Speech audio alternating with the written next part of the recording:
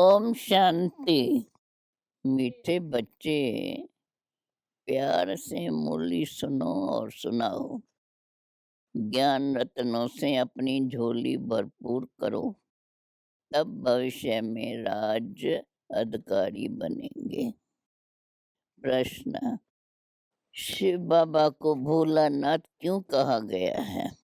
उत्तर: क्योंकि शिव बाबा भी बच्चों के बिगड़ी को एक सेकंड में बना देते हैं।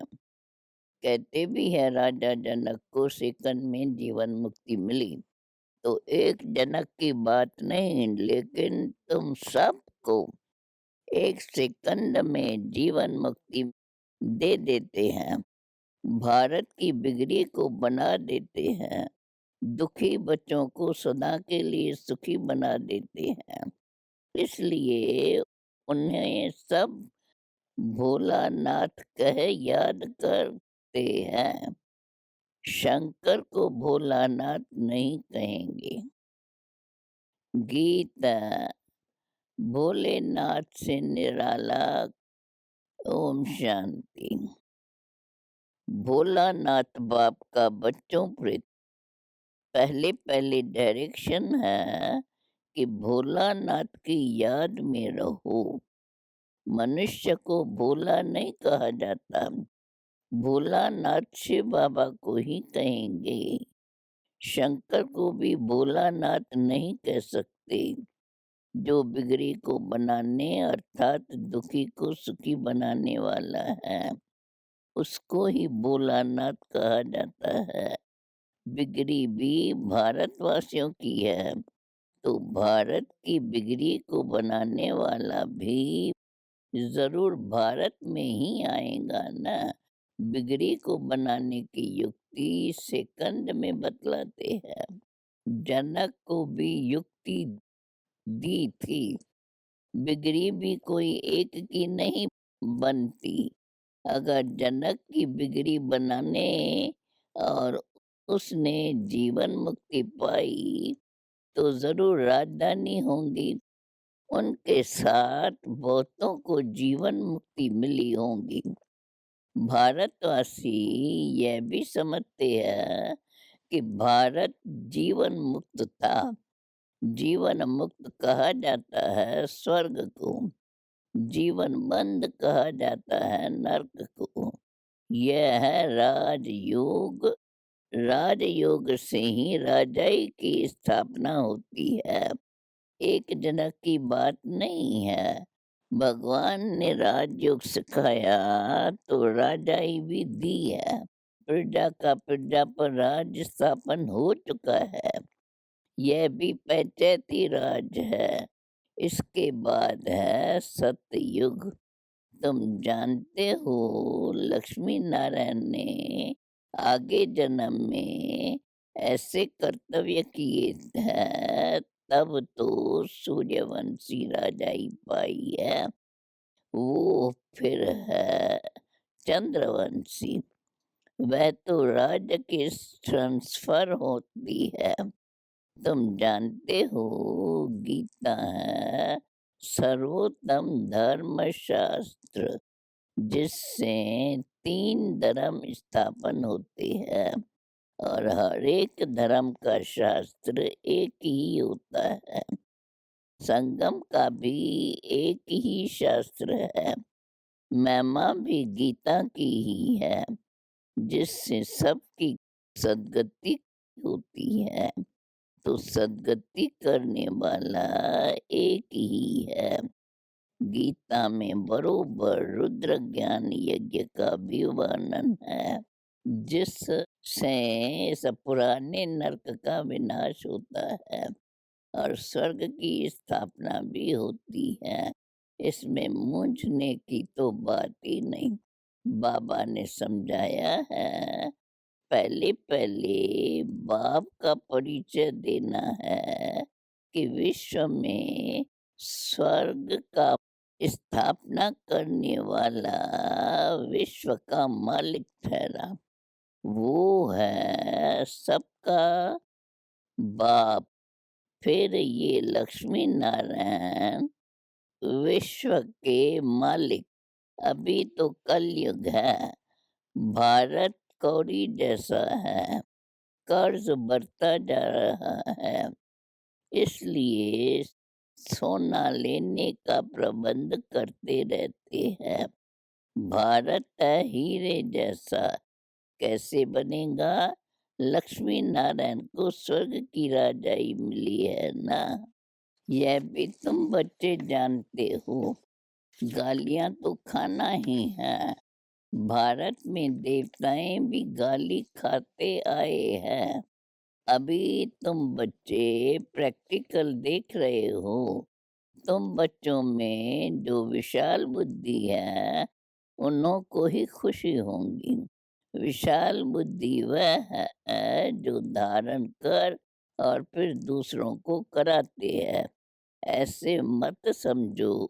सत्संगवाद में तो 5-10 हज़ार लोग रोज जाते हैं, यहाँ तो इतने आते नहीं हैं।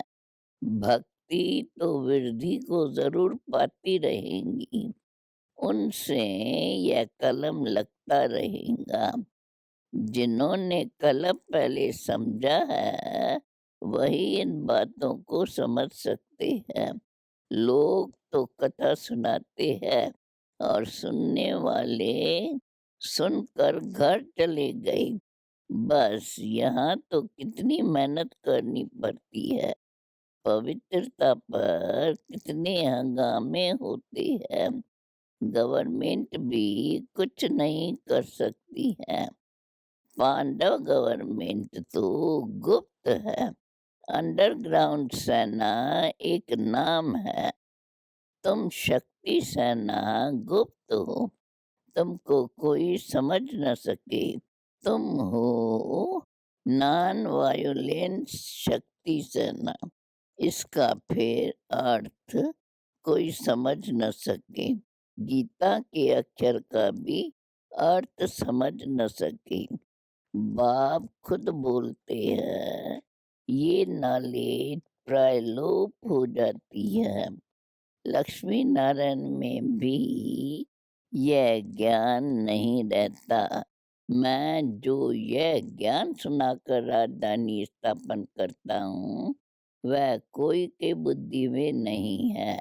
यह बाबा भी गीता आदि पढ़ते थे, परंतु ये बातें थोड़े ही बुद्धि में थी।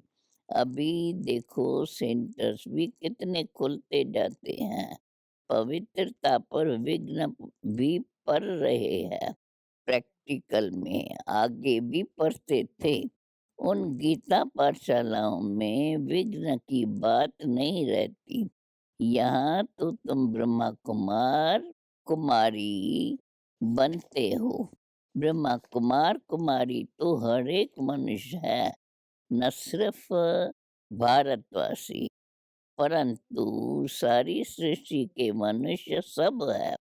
सभी प्रजापिता ब्रह्मा को एडम कहते हैं। जानते हो, वह मनुष्य सृष्टि का पहला हेड है, ह्यूमैनिटी स्थापन करने वाला है।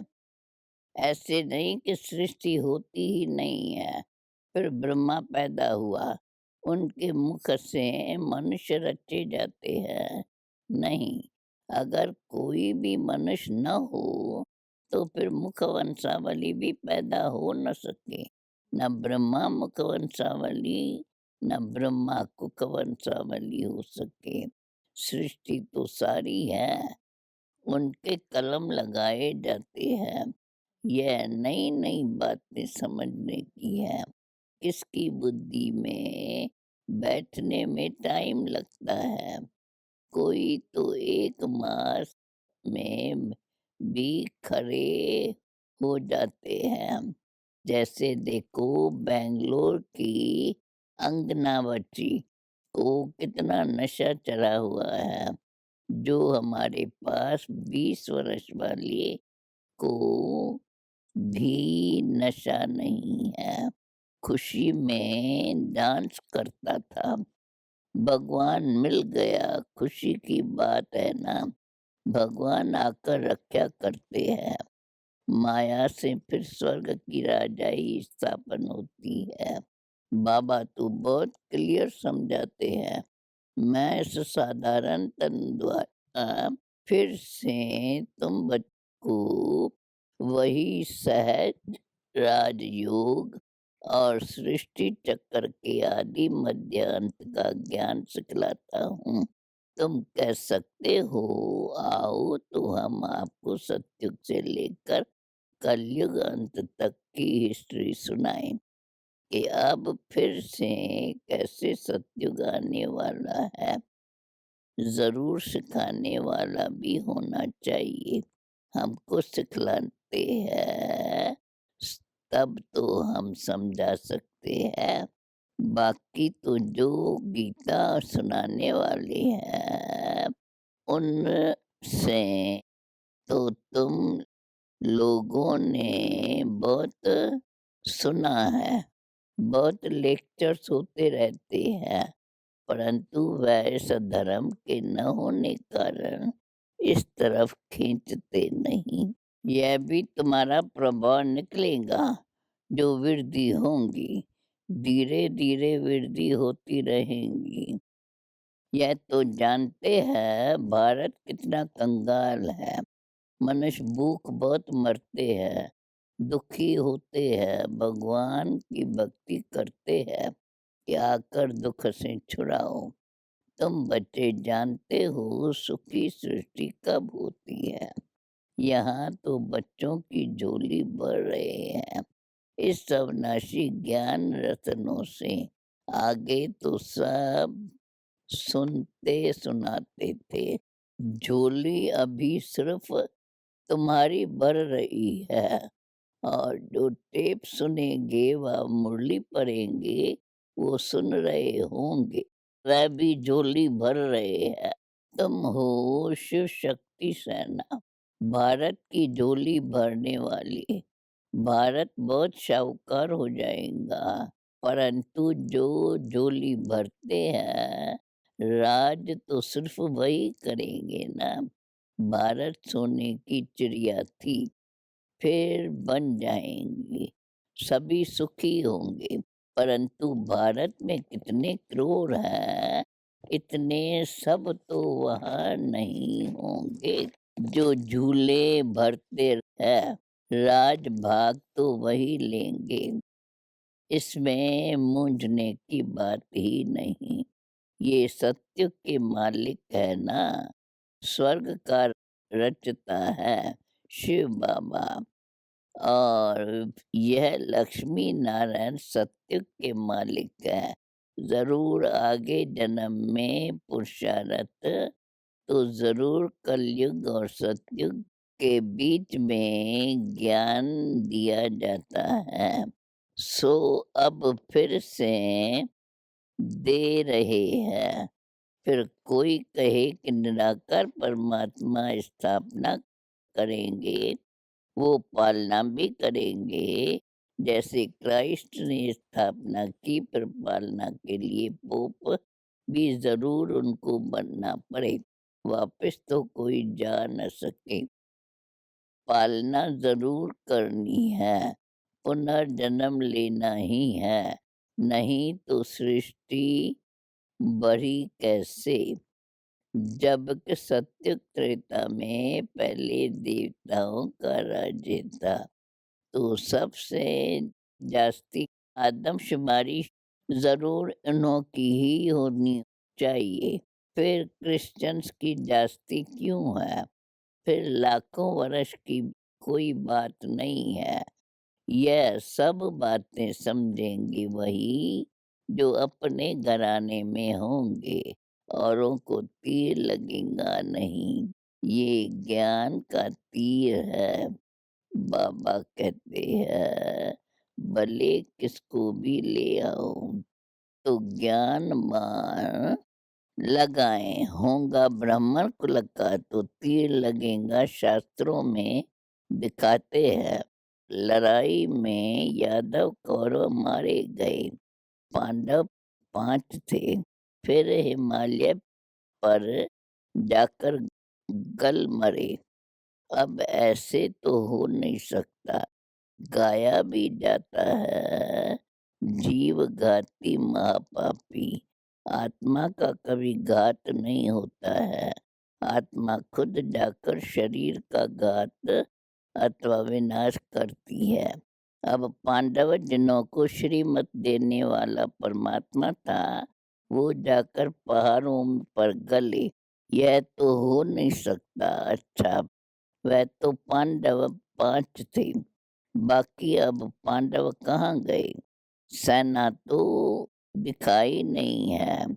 तुम जानते हो विनाश कैसे होगा, तुम देखेंगे भी।